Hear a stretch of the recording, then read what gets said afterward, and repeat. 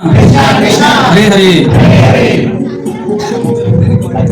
तो आज इस रामनवमी के पावन अवसर पर हम सभी यहाँ एकत्रित हुए। श्री राम जी के चरित्र के बारे में हम सभी बहुत सारी चीजें हमें ऑलरेडी पता है, लेकिन आज हम हमारा ये जो स्पेशल नाटक है, जो स्पेशल ड्रामा है, ये आज भगवान श्री रामचंद्र के एक अनन्य भक्त श्री रामानुजाचार्य, आप सभी शायद जानते होंगे, साउथ इंडिया में श्री संप्रदाय के एक बहुत महान आचार्य, जो उनके ऊपर और उनके एक बहुत ही अनन्य शिष्य श्री पुरेश जी, तो उनके जीवन के ऊपर आज हमारा स्पेशल ड्रामा होगा। तो आप प्लीज उसको देखिए और इससे बहुत सारी चीजें सीखने को मिलेगी, तो आप प्लीज इसको ध्यान से देखिए और एंजॉय कीजिए। रामानुजाचार्य के एक अनन्य शिष्य थे जिनका नाम पुरेश था। पुरेश वास्तव में बहुत ही धनी व्यक्ति थे और वे इतने पवित्र स्वभाव के थे कि उनके घर में हमेशा गरीब और बीमार लोगों का आना जाना लगा रहता था। वे सदैव सबको उनकी आवश्यकता के अनुसार सहायता देते थे। सुबह से लेकर देर रात तक उनके घर के द्वार किसी भी व्यक्ति के लिए खुले रहते थे और जो भी आता वे उसे यथाशक्ति सब कुछ प्रदान करते।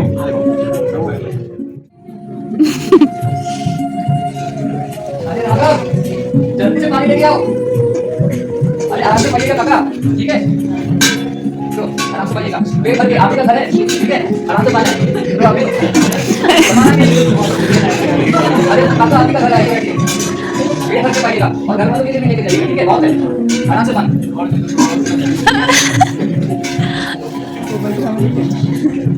भर के जाओ आराम से। अरे काका हर रात जब पुरेश इसी तरह सभी जनों की सेवा करके अपने घर द्वार बंद करते थे, तो वो भारी अपने तांबे के द्वार को बंद करते थे, तो उसकी आवाज पूरे नगर में गूंजती थी। एक रात यही आवाज वरदराज श्री भगवान और उनकी देवी पूरन देवी ने इस आवाज को सुना।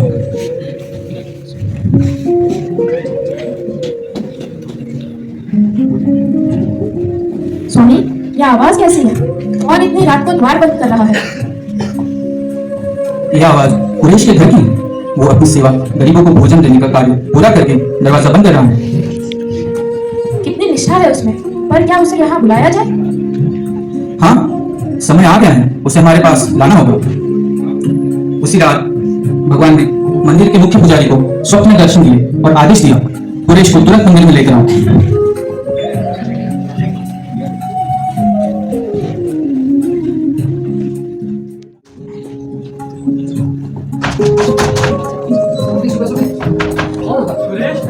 जल्दी खोलिए, मुझे आपसे महत्वपूर्ण बात करनी है।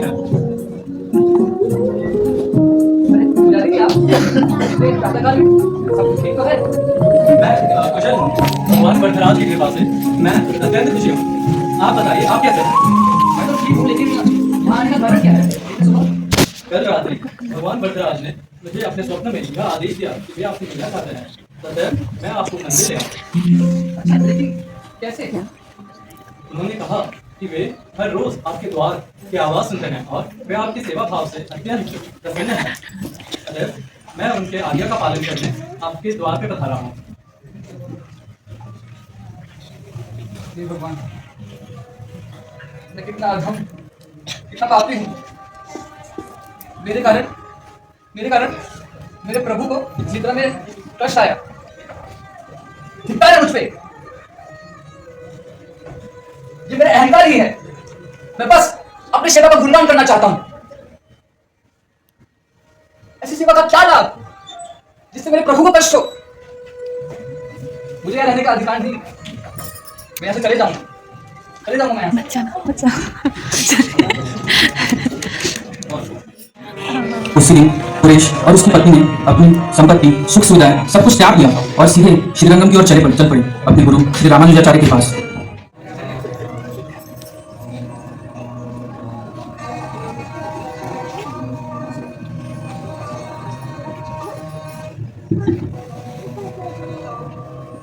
गुरुदेव, कृपया करके मेरे को अपना लीजिए। मेरा जीवन, मेरे प्राण, मेरी संपत्ति, मेरा शरीर, सब कुछ आपका है प्रभु। कृपया करके मेरे को अपना लीजिए।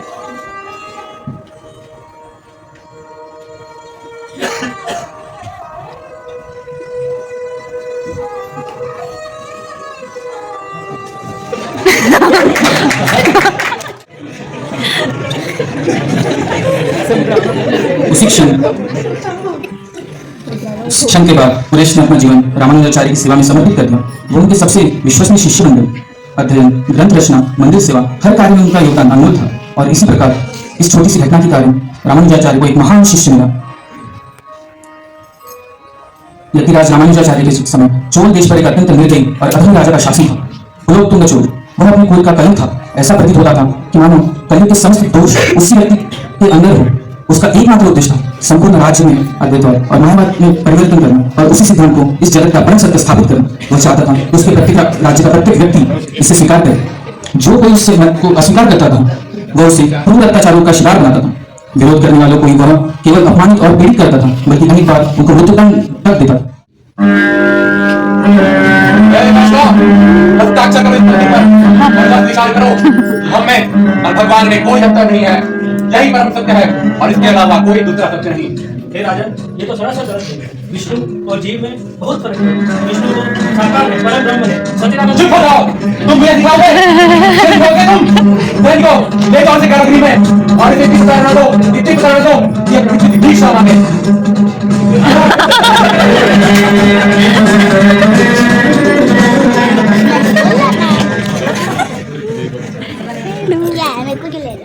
तुम अच्छी स्माइल कर रही हो ना, इसलिए स्माइल करना ही बंद। मेरा एक सुझाव है। क्या सुझाव है मंत्री, बताओ। महाराज, हमारी जो योजना है उसको विफल करने के लिए एक व्यक्ति जीवित है जो कि बाधा बनेगा। कौन है वो व्यक्ति? वो व्यक्ति रामानुजाचार्य है। वो व्यक्ति वो वैष्णव के परम संत है। जब तक वो जीवित है तब हमारी योजना सफल नहीं हो सकती। महाराज, तो तुम ही युक्ति नहीं उठाते? महाराज, हमें उन्हें निमंत्रण देना चाहिए ताकि वो आके शास्त्रार्थ करें। पर यदि वो हारे तो इस सारे शिष्यों को और उन्हें अपने सिद्धांत स्वीकारना होगा। लेकिन यदि वह जीत गए तो उन्हें मरना होगा।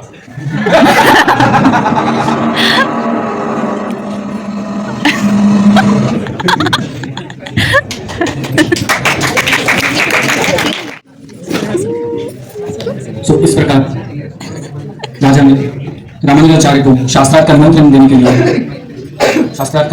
के लिए उनको आमंत्रित किया। परंतु राजा के सैनिक ने रामानुजाचार्य के शिष्य को उसका आदेश सुनाया।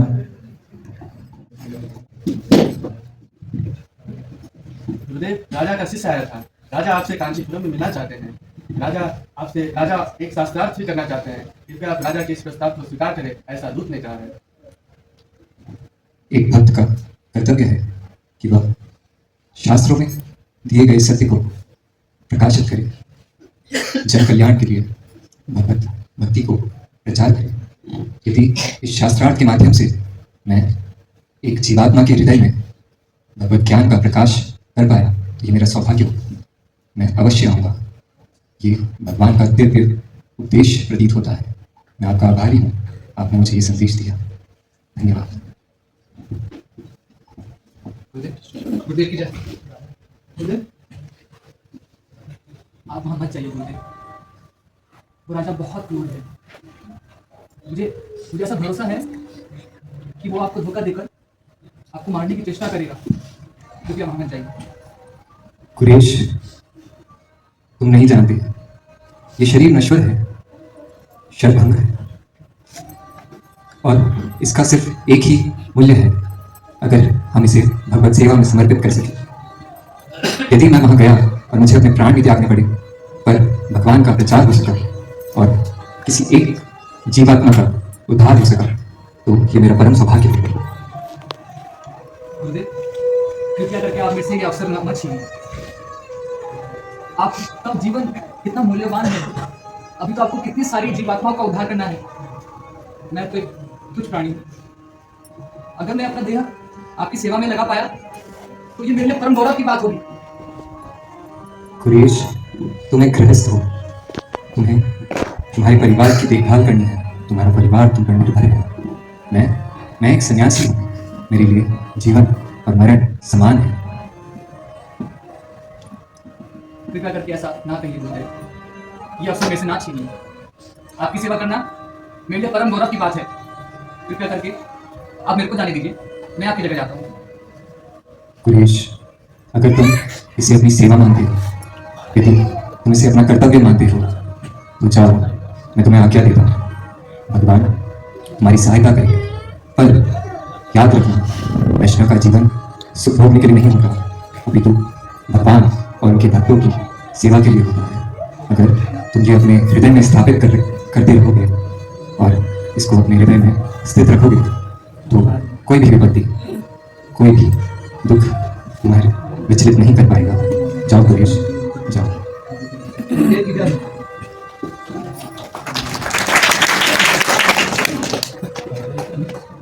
इस प्रकार रामानुजाचार्य के परम शिष्य श्री कुरेश रामानुजाचार्य की जगह लेकर अपने कपड़े उनसे बदलकर सन्यासी वस्त्रों में रामानुजाचार्य का वेश बदलकर राजा के सामने उपस्थित होने के लिए गए। आप ही हैं वह महाविद्वान, महाज्ञानी, पंडितों में श्रेष्ठ श्री रामानुजाचार्य। मैं आप ही की प्रतीक्षा कर रहा था। अगर आप आ ही गए हैं तो मेरे एक प्रश्न का उत्तर भी दे दीजिए। जी कहिए महाराज। जीवन का क्या लक्ष्य है? जीवन का लक्ष्य है परम विष्णु की प्रेमा भक्ति करना। क्या बकवास कर रहे हो तुम? तुम्हें कुछ नहीं पता। तुम बस लोगों को बरगलाते हो और तुम्हें कुछ नहीं आता। दैनिकों, हमारे राज्य के सबसे विद्वान पंडित को बुलाया जाए और वही तुमसे शास्त्रार्थ करेंगे।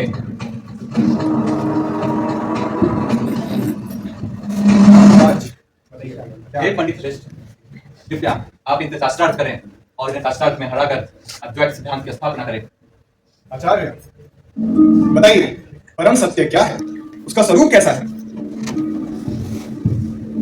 परम सत्य भगवान विष्णु है। श्रुतियां बताती हैं नारायण परम ब्रह्म तत्वम नारायण परम, अर्थात नारायण ही एकमात्र परम सत्य, वही परम तत्व है और वही सर्वव्यापी परमात्मा है। निष्कलम निष्क्रियम शांतम ब्रह्म अविभाज्य है, निराकार है, सर्वव्यापी है। अगर ब्रह्म का रूप होगा तो ब्रह्म सीमित हो जाएगा। कोई सीमित वस्तु इस अनंत ब्रह्मांड को कैसे धारण कर सकती है? भगवान शंकराचार्य ने भी कहा है, अस्ति भाति प्रियम रूपम नाम चेति अंशतंचकम आद्यम त्रयम ब्रह्म रूपम जगत रूपम तपोद्वयम्। नाम और रूप यह माया के उत्पाद है। ब्रह्म में नाम और रूप नहीं। जैसे मिट्टी का घड़ा बनता है, मिट्टी गुल्लक का भी रूप लेती है, सुराही का भी रूप लेती है। यह सारे रूप अस्थायी हैं अथवा मिथ्या है, माया है। मिट्टी का कोई रूप नहीं। ऐसे ही ब्रह्म वह सत्य है, किंतु वह विष्णु, नारायण, ब्रह्मा आदि आदि जीव ये सब रूप लेता है। ये सारे रूप मिथ्या है, क्योंकि ये सारे रूप अस्थायी है। ब्रह्म सत्य है, ब्रह्म स्थायी है। नारायण एक विशेष रूप और एक विशेष रूप नाम है, इसलिए वह परम सत्य कभी नहीं हो सकता। रूप वस्तु को सीमित करता है, आपकी यह भ्रांति है। लेकिन शास्त्र कुछ और कहते हैं। शास्त्र कहते हैं एको एव परो विष्णु सर्वत्म एको एव जगद्वीपम विष्णुवेर नाशम। अर्थात परम सत्य विष्णु है और वही सर्वव्यापी है। जिस प्रकार सूर्य एक स्थान पर रहकर सभी जगह विद्यमान रहता है, उसी प्रकार विष्णु परमात्मा रूप में सभी जगह विद्यमान रहते हैं। सर्वव्यापी ईश्वर साकार कैसे हो सकता है? ब्रह्म परम सत्य है, निस्संदेह है, परंतु जब वो रूप लेता है तो वो मिथ्या है। अजोपि सन् अव्यय आत्मा, अजोपि सन् अव्यय आत्मा भूतानां ईश्वरोपि सन् प्रकृति सामधिष्ठाय संभवामि आत्ममायया। भगवान भगवद गीता में बताते हैं कि वह मूल रूप में इस संसार में अवतार लेते हैं, जो कि उनके अंतरंग शक्ति द्वारा निर्धारित होता है। इससे यह सिद्ध होता है कि भगवान का रूप मिथ्या नहीं है, अपितु अटल सत्य है। तो क्या परम सत्य में नाम और रूप संभव है? हाँ, लेकिन दिव्य रूप से। वही सर्वव्यापी, सर्वशक्तिमान तथा सर्वसाकार विष्णु है। बंद करो इस बकवास को। नहीं तो मैं इसे बता दूंगा। नहीं तो मुझे भाई किसी को आके निकाल दो। ओ नारायण, ओ नारायण, ओ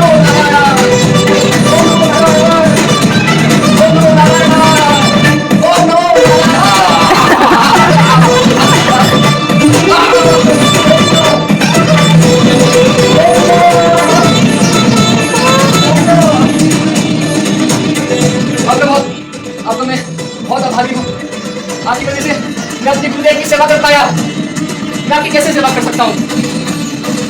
आपने मेरे को धन्य कर दिया, मैं अपनी इंद्रिया अपनी गुरु की सेवा में लगा पाया, मैं कैसे सेवा कर सकता हूँ? ये हमने इनके साथ क्या कर दिया? ये तो बहुत परम भक्त है। हमें कृपा इस पाप के लिए क्षमा करें। हम अभी आपके श्रीलंका में जाने की व्यवस्था करवाते हैं। गोविंदा, गोविंदा।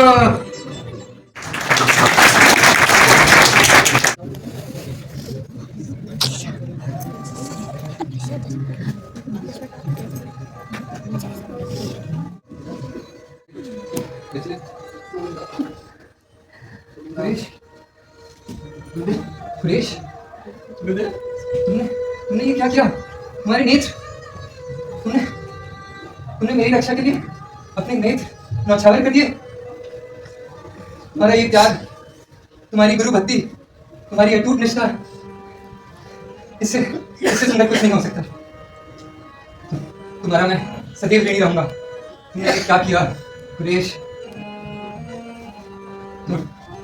गुरुदेव, गुरुदेव, आज मेरा जीवन सफल हो गया। मैं अपना देह, अपनी इंद्रिया आपकी सेवा में लगा पाया। मेरा अहोर भाग्य है। तुम्हारी निस्वार्थ सेवा देकर मेरा हृदय करुणा से, प्रेम से और गौरव से भर उठा। मैं भगवान से प्रार्थना करता हूँ, मैं तुम्हें आशीर्वाद देता हूँ। मैं भगवान और तुम सभी भक्तों से प्रार्थना करता हूँ, उनकी कृपा तुम पर सदैव बनी रहेगी। तुम्हें पता है, जिस राजा ने तुम्हारे साथ ये अत्याचार किया, ये दुर्व्यवहार किया, उसके साथ क्या हुआ? उसे एक रात्रि स्वप्न आया, जिसमें भगवान उसके सामने प्रकट खड़े थे। भगवान अपने उग्र रूप में थे, उनके हाथ में सुदर्शन चक्र था।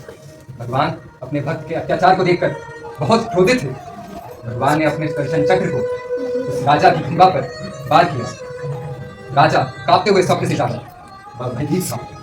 कुछ दिनों में ये स्वप्न प्रत्यक्ष होता दिखाई पड़ा। उस राजा को एक असहनीय बीमारी हुई। उसके गले में एक ऐसा दर्द उठा जो किसी वैद्य से, किसी औषधि से ठीक ना हो सका। उस राजा ने तड़प तड़प कर अपने प्राण त्याग दिए। ये भगवान के दिव्य न्याय का प्राकट्य रूप है। सुरेश, मैं चाहता हूँ कि तुम भगवान भरद्वाज जी के पास जाओ और उनसे अपने नेत्रों के लिए प्रार्थना करो। अगर तुम पूर्ण प्रेम से, शुद्ध हृदय से, कोमल मन से भगवान से प्रार्थना करोगे और अगर तुम्हारी भक्ति सच्ची होगी, तुम्हारा हृदय निर्मल होगा, तो भगवान तुम्हारी प्रार्थना जरूर सुनेंगे। जाओ भगवान से प्रार्थना करो। जो और जरूर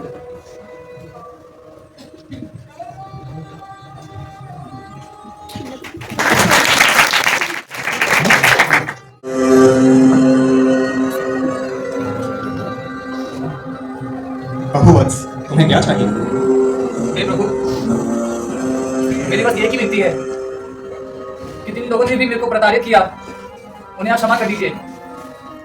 मेरी बस ये एक ही विनती है, आप उस राजा को क्षमा कर दीजिए जिसने अपना शरीर छोड़ दिया है, और उसको प्रेम और भक्ति का दान दीजिए। आप उस मंत्री को क्षमा कर दीजिए जिसके कारण मेरे को पीड़ा सहनी पड़ी, और आप उसको भी प्रेम और भक्ति का दान दीजिए।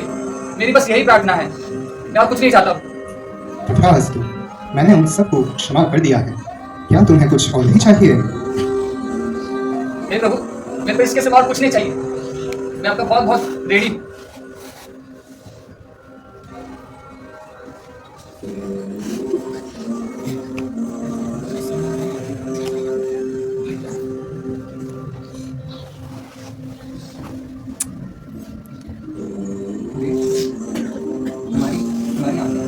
भगवान से क्या मांगा? मैंने भगवान से जिन्होंने मेरे को प्रताड़ित किया था उनके लिए क्षमा मांगी और उनके लिए प्रेम भक्ति का दान मांगा, और मुझे कुछ नहीं चाहिए गुरुदेव, कुछ नहीं चाहिए। तुम्हारी विनम्रता है, तुम्हें जिन्होंने इतना प्रताड़ित किया उनके लिए तुमने भगवान से क्षमा मांगी, पर तुमने ये कैसे समझ लिया कि ये नेत्र तुम्हारे हैं? एक शिष्य का कुछ भी उसका अपना नहीं होता, सब गुरु के लिए और उनकी सेवा के लिए होता है।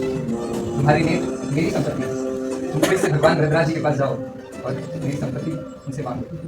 जो आगे गुरुदेव।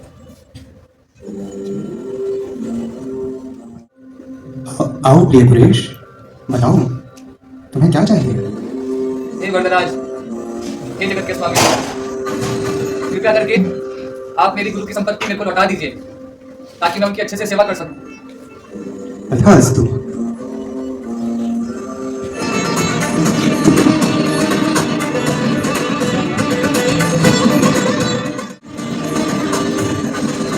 ओम नमो नारायण। ओम नमो नारायण। ओम नमो नारायण।